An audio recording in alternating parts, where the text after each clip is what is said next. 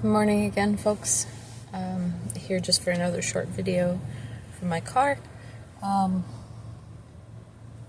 Sorry.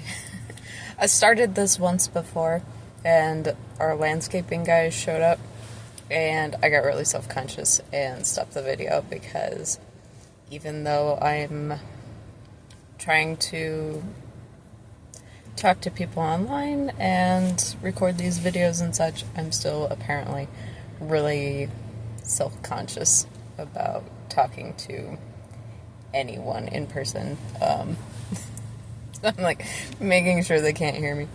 I just wanted to pop in again and say hello. It is beautifully sunny today. Believe it or not, it was snowing and hailing like yesterday. But today it's bright and sunny, and it's actually really warm in here. I have the AC on for the first time this year, and if you start seeing me turning a little red, it means I'm starting to get baked, and not the fun kind. So, aside from that, the nice weather has kind of just made me think about, kind of the way our moods have been lately. It's a tough time these days. There's a lot of shit going on in the world. And the fact that, like, you don't, like, if I just say that, you don't know what time I'm talking about. Could be today, could be 10 years from now, like, past. It could be 10 years in the future. And it's just I guess a symptom, maybe, of, like, our society and the way we're just all of a sudden very hyper aware of every single bad thing going on in the world right now. And it has an effect on us, in a big way. There's, whether it be, I could list anything. Like, there's just so much that goes on all the time. And I guess it's just got me thinking today that, like, your brain, when you see the tragedies that are happening on your screen right now, like, your brain doesn't understand that you're not seeing those things yourself, like, in person, because our brains are not hardwired to understand the difference between what's going on in front of us right here, right now, versus what we're seeing as, like, through a third-party perspective, like through a screen.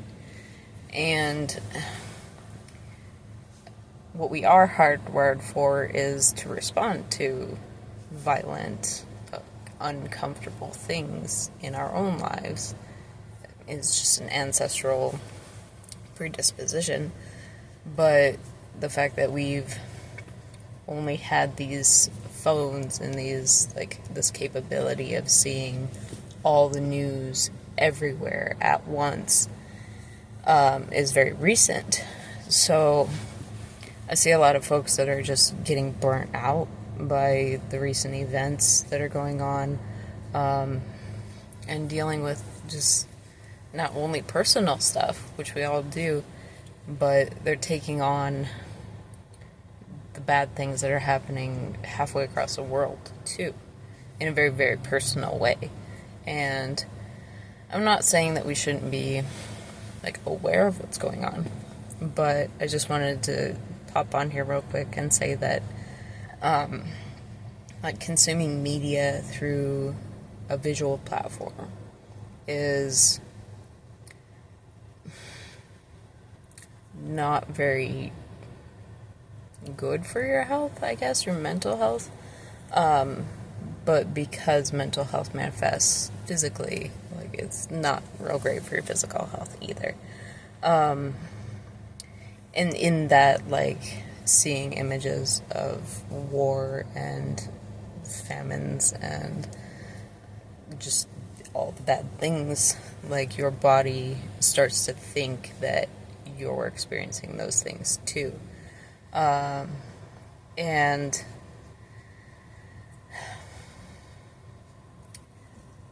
like your body will like start to react in a way. Like it'll start with your mental health, but it'll manifest in your physical as well, in the form of like elevated cortisol, like all your fight or flight hormones, like, and it's gonna decrease your serotonin, dopamine, what have you. So it's really difficult for your mind to make that association of, like, I'm not actually seeing these things personally, because you are in a lot of ways. I just wanted to give maybe a couple little tips, I guess, when it comes to our kind of, I want to call it like digital health, like the way we associate with our media. And one of the main ways that I kind of like not distance myself from it, because I still obviously want to know what's going on in the world. I want to be aware, but it's hard to see those images, because if you're an empathetic person like me, it starts to really wear you down. So I kind of turn off all like visual media or like visual news, like apps and such, and then I read about it like in an article format. Obviously there's occasionally a photo in there too, but it's less than the constant videos and photos of what's going on.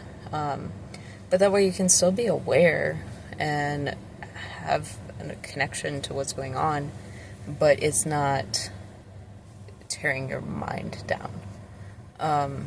The other thing too is when you're on social media apps, it doesn't really matter which one, because they're all governed by, you've heard about it, the algorithms. So these apps are going to show you more of the things you click on, and it's marketing. It's the way they try to personalize your experiences on these platforms. Unfortunately, if you're following current events closely, it's going to continue to show you more and more of these images and videos and such. And it's just what it's designed to do.